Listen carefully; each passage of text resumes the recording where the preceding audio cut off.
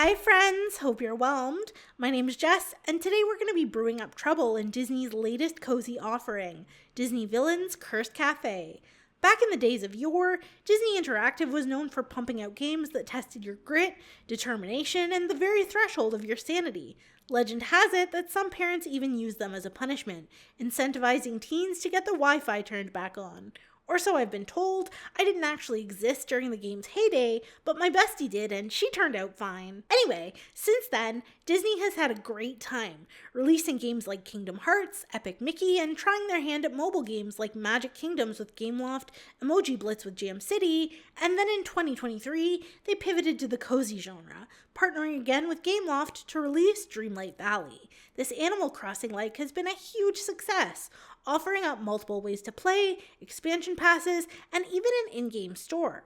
With how popular cozy games are now, and how limitless Disney's ever-growing IP seems to be, it only makes sense that they've now partnered with Bloom Digital Media to release Cursed Cafe, a conversation sim that sees you serving up magical brews as the personal potionista to some classic Disney villains. But with mixed reviews and a price tag of just under 20 Canadian dollars, is it worth the money? So first of all, I've got to be honest. I saw the mixed reviews and obviously bought the game anyway. It was between this and Elroy and the Aliens, and nostalgia came out swinging for my poor unfortunate soul. I want to let you guys know, if it's not obvious by now, that I'm a huge Disney person. Also, weirdly, not really into the villains. But I went into this cognizant of the mixed reviews, knowing I probably wasted my money, and after 9 in-game days, here are my honest thoughts. Cursed Cafe starts with a job opening, one that promises magic and adventure, but warns you that you'll have to be cool with the impossible happening regularly if you're going to apply. But when you show up for your interview, after looking around, it's clear you're the only person there, and a magic spellbook is waiting for you to read it so you can open the cafe. From there, Ursula runs you through a quick tutorial, explaining that not only do you have the job, but you're a potionista, the magical equivalent of a barista, and all you have to do is throw together some ingredients to make the magic happen. Oh, and your boss is missing, presumably under malevolent circumstances, but in true Ursula fashion, she doesn't care. The game's core mechanic is simple. The more you interact with your customers, familiar faces like Maleficent, Jafar, and Captain Hook, the further you'll delve into their stories, and the more you'll find out about your missing boss. As their stories unfold, they'll ask for specialty potions, and you'll be given the choice to comply or whip up something else, trying to steer them down a different path instead.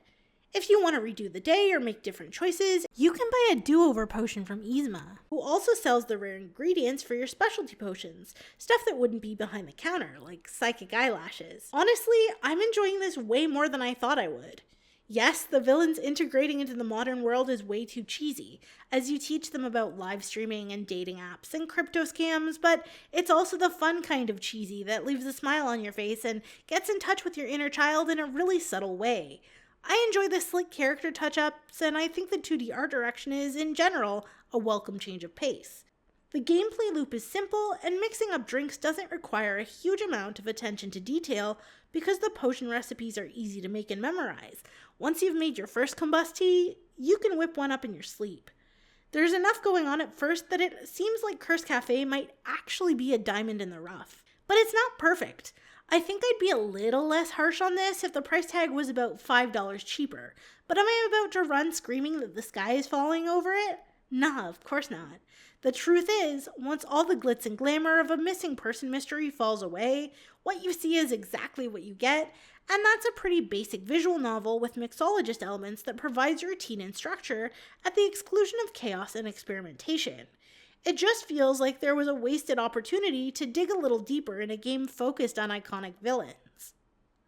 I don't see why we can't have some off-menu concoctions only discoverable through a little mad science like a secret menu that's somehow tied to achievements and changes the story.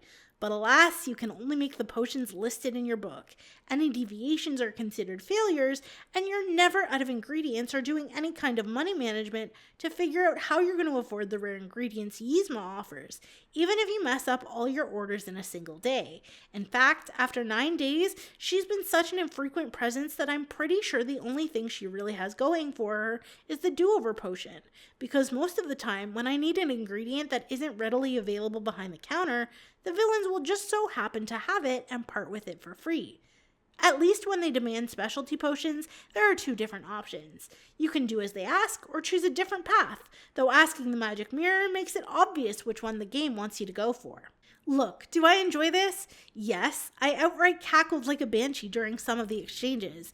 It made me smile, and now I know without a doubt that no one turns into a golf bro himbo like Gaston, which is a delightful tweak to an otherwise annoying character. Am I gonna finish Cursed Cafe one day? Yeah, probably this weekend at some point. It's a short game, so I can wrap it up in a few hours. I also think, given how strict Disney is with the allowed depiction of its IP, the devs had to walk a fine line to tell their game's story. And the creativity necessary to do that is definitely noted here.